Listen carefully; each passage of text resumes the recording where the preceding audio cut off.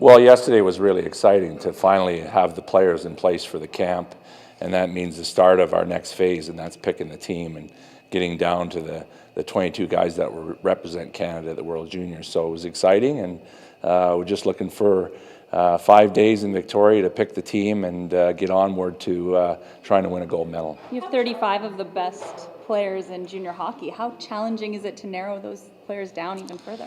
Well, it's 34, and it's I know it's a great thrill for the players to be selected, and it's a lot of work. Brad McEwen and the management group, which includes Al Miller, go out and scout these players and watch. They watch a lot of hockey, and it's really hard to split the hairs to pick 34 of the best hockey players in Canada, because there's a lot of good hockey players in Canada, and it's a tough job, and I'm glad it's not my job. Is it extra challenging though, because there's no returning players? How much of a challenge does that pose to you? Well, we're going to have 2 returning players in Max Comtois and Alex Formanton, and great guys to come back, because they were real leaders as young guys last year, and they led the way in the penalty kill. I coached them a lot in the penalty kill, and really happy to have them back. And Jim Hulton on the staff has been to the World Junior before as well as myself. So we have lots of experience. We have enough experience to spread the word and the message to the other players about what it takes to win and prepare and get through the tournament. How does that process work, Tim? Where you're not necessarily taking the best players in Canada, you're taking the best players that, or typically anyway, that fit into a certain role on that team?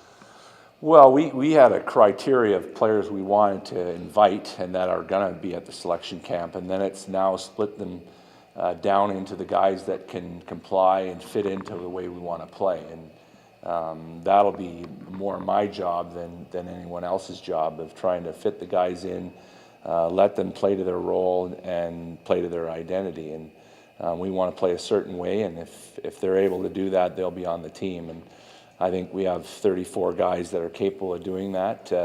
Obviously 31 if you take out the goaltenders, but they won't be playing system-wise, but they still have to adhere to the Canada, the Canadian way, and the way we do things with Hockey Canada. What is the identity that you want this team to have? A tough team to play against, a team that plays fast everywhere, not just with the puck, with and without the puck, and a team that thinks the game very fast as well. Are you just going to build on what you guys have been doing here in Moose Jaw throughout the 4 years that you've been here? Yeah, no question. I talked to the media yesterday about that, and I've done a lot of things here in Moose Jaw that I've kind of garnered from Hockey Canada, and then things that we learned over the 2 years, the World Juniors with Dominic Ducharme and Joel Bouchard, and then also lots of things that I've innovated myself, and things this year that I've tried that I want to try at the World Junior Championship this year. Some have worked, some haven't.